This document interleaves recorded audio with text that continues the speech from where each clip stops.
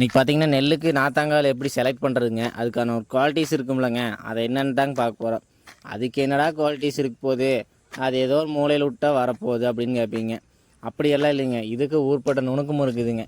அது என்னென்னங்கன்னா, அதில் காடு பார்த்திங்கன்னா தண்ணி ஈஸியாக வந்து சேரணுங்க. நாத்தாங்காலுக்கு தண்ணி எடுத்து விட்டோம்னா ஈஸியாக வரணும். அதே தண்ணி வந்து நாத்தாங்காலேருந்து வடிச்சு விட்டோம்னா அது ஈஸியாக வடியணுங்க. அது மாதிரி ஒரு இடம் வேணுங்க. சரிங்களா? அப்புறம் பார்த்திங்கன்னா அந்த இடம் வந்து கொஞ்சம் நல்லா விளையிற பூமியாக இருக்கணுங்க. நம்ம காட்டிலேயே எது நல்லா விளையுதோ அந்த மாதிரி பூமியாக இருக்கணுங்க. அப்புறம் பார்த்திங்கன்னா சுற்றி வரப்பு கட்டணுங்க. அது இருக்கிற பழைய வரப்பாக இருந்தால் ஈஸியாக கட்டிக்கலாங்க. புது வரப்பாக இருந்தால் மண் எடுத்து போட்டு இது மாதிரி முதிச்சு விட்டு முன்னாடியே தண்ணி விட்றதுக்கு முன்னாடி இதெல்லாம் முதிச்சு விட்டு நல்லா ரெடி பண்ணணுங்க.